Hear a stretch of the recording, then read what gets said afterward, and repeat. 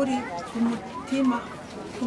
ku mitima yacu n'ibitwari tumaze ngaha mu bitaro turashimye dukenguruka cyane abashinga amateka bo mu Busiro. Ndashimiye abashinga amateka, ndabashimiye cyane kuko bankuye habi.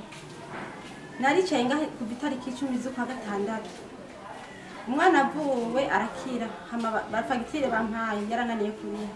Wari umunezero udasanzwe kuri bamwe mu bagwayi bari bamaze imisi bagwariye mu bitaro vyitiriwe umwami Rwakarede vyo mu Kamenge, aho n'inyuma y'abashinga amateka b'abarundi basasa mu nama nshinga amateka y'umuryango wa Afrika y'ubuseruko bari bahejeje kubarihira amafaranga arenga gati miliyoni 4 kuko bari barabuzeyo bariha ibitaro. Abo bagwayi bakaba bavuga ko bishimye cyane kuko abashinga amateka baje kubagarukirako nabo bakabona gushobora gusubira mu miryango yabo. Imbere inyuma ntacyo nifise no kwikorako. Nifise impene zine nazigurishije umukozi uyu mwana ko heri tariki 1 y'ukwa mbere. Ko heri tariki 1 y'ukwa kabiri ntangura kwinjira ibitaro bisobanze bagiye uno munsi mu kwezi kw'indwi. Ndabashimiye cyane. Naco mfise no kuvuga Imana y'umwijuru bampaye umugisha. Ibahezagire bazagira iherezo ryiza. Kandi ntabejeje n'abandi bose babatabana murakoze.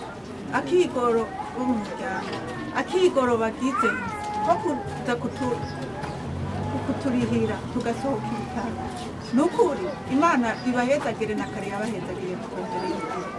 Nukuri uyo mutima bagize wo kuyitanga. Bagumana uwo mutima n'abasigaye ngaha bazoze babarihira. Jewe nari namaze kwihebura ni yuko natosubira mu kumira anje. None Imana irabikoze ompasubireyo bose tugende turanezerewe twongera dushimire n'umushefu ngaha yabigize mu ruhara kugira ngo atwandike tuje mu bibondo byacu dusubire. Murakagira ibyo mutanga n'ibyo muzigarana. Umufuko wanyu uzokwambe wuzuye muze muraronka muze murarihira n'abandi. Nukuri jewe ku mutima wanje nuko nagira ukuguru nari gutamba. Abashinga amateka baserukira Burundi mu nama nshinga amateka y'umuryango wa Afrika y'ubuseruko bavuga ko naho hatobaye mu ndwi yahariwe gufashanya abarundi ngo bamye bafashanya iyo bari mu ngorane. Twebwe nk'uko mubizi turabaserukira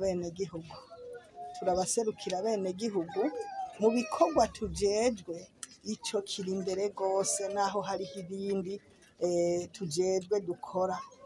Hanyuma murabizi neza yuko iyi ndwi leta y'u Burundi yarashize imbere ikintu citwa gushigikirana. Iyi ndwi yahariwe ugushigikirana, mbere ejo hakazoba hariho umunsi wahariwe ugushigikirana. Natwe nk'abashinga amateka batowe n'abanyene abari ngaha n'abandi, iciyumviro caratujemwo.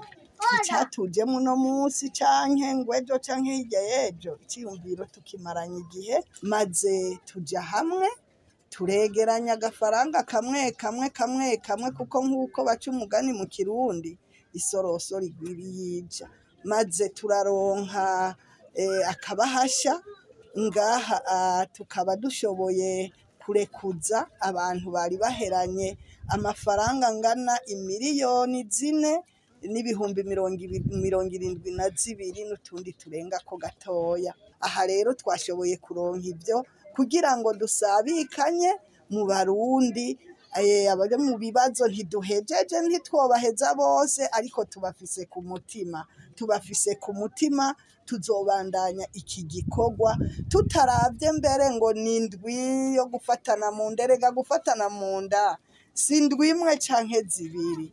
Ni ikintu abarundi camaho murabibona no muri mu mitumba hiyo guhana kunyu kugira gute vyaramye mu Barundi. Igikorwa nk'ico kikaba kizobandanya no mu zindi ntara z'igihugu, mu ntara ya Kirundo, mu ntara ya Makamba, eka no mu ntara ya Cibitoke hamwe n'intara ya Gitega.